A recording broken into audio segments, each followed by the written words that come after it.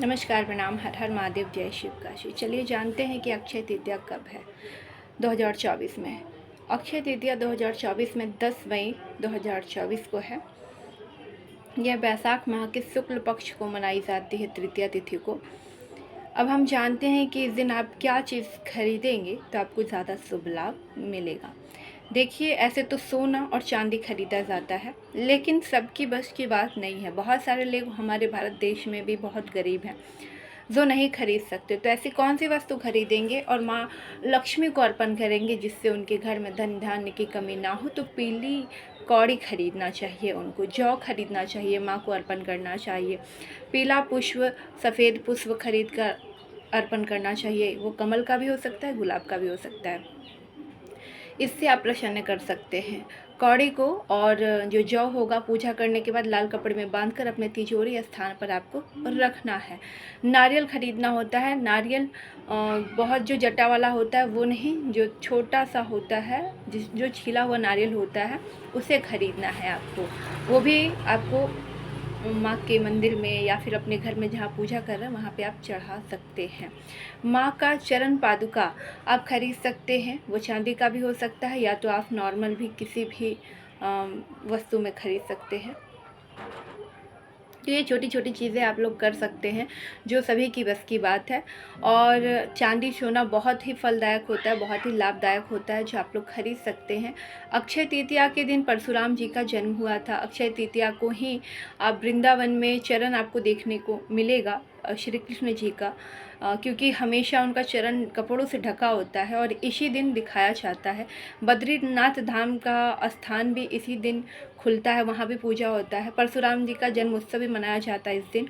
अक्षय तृतीया में हर चीज़ बहुत शुभ फल होता है, क्योंकि इस दिन मुहूर्त की कोई ज़रूरत नहीं होती है, पूरा दिन ही मुहूर्त होता है। ख़रीदारी का जो मैं आपको बता दूं तो ख़रीदारी का 5:33 से लेकर रात्रि 2:55 तक आप खरीदारी कर सकते हैं। और पूजा का अगर शुभ मुहूर्त आप जानना चाहते हैं तो 5:33 से 12:18 तक है। ऐसे इस दिन पूरा दिन ही पूजा होता है। क्यों? क्योंकि ये एक ऐसी तिथि होती है जहाँ पर शुभ मुहूर्त की ज़रूरत नहीं पड़ती है, और इसमें जो आप कार्य करते हैं उसका कभी क्षय नहीं होता, उसका हमेशा आपको फल मिलना ही मिलना है।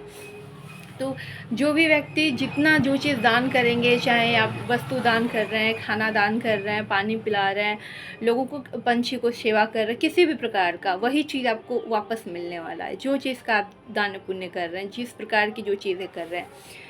तो मैं हमेशा कहती हूँ कि आप लोग हमेशा दूसरों की मदद करें। नहीं ज़्यादा ब्राह्मणों को आप अपने घर खाना खिला सकते हैं तो अपने ही कोई गरीब को आप 1 लोग 2 लोगों को घर पे खाना खाने के लिए उस दिन इनवाइट करें, ज़रूर करें। तो इस तरीके से भी आप पूजा अपना संपन्न कर सकते हैं। और जिनके पास ज़्यादा है तो वो मंदिर में जाके दान कर सकते हैं, लोगों से जो गरीब है उनसे मिलकर दान कर सकते हैं, बहुत कुछ कर सकते हैं अपने जीवन में। नई नई चीज़ों का खरीदारी कर सकते हैं, नए वस्त्र खरीद सकते हैं, आभूषण, बर्तन, सभी चीज़ नए खरीद सकते हैं, सोना चांदी हर चीज़। लेकिन जो भी आप चीज़ खरीद रहे हैं उसका अवश्य पूजा कर लीजिएगा, माँ को ज़रूर भेंट कीजिएगा, उसके बाद ही आप उस चीज़ को धारण कीजिएगा। कुछ भी अगर आप सोना चांदी भी खरीद रहे हो तो माँ को ज़रूर अर्पण कीजिएगा, मेरा ये मानना है। और जितना हो सके भगवान परशुराम का जन्म उत्सव है, अच्छे से धूमधाम से मनाइए। बाकी बिहारी जो लोग जा रहे हैं तो ज़रूर दर्शन कीजिएगा उनको चरणों को, क्योंकि बहुत कम दर्शन भक्त को मिल पाता है। बहुत भाग्यशाली होते हैं जो उनके चरण के दर्शन कर पाते हैं।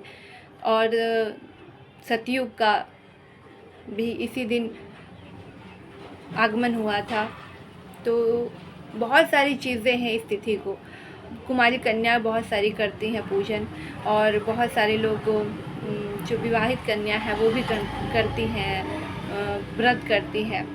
तो अब पीली मिठाई चढ़ा सकते हो आप लोग, ठीक है। तो इस तरीके से आप जो भी भेंट कराना चाहते हो भगवान को तो दिल खोल के भेंट कराइए, पूजन पाठ कीजिए और हमेशा हंसते मुस्कुराते रहिए। और जितना हो सके उतना लोगों में कुछ ना कुछ बांटने का प्रयास कीजिए। हर हर महादेव, जय शिव काशी।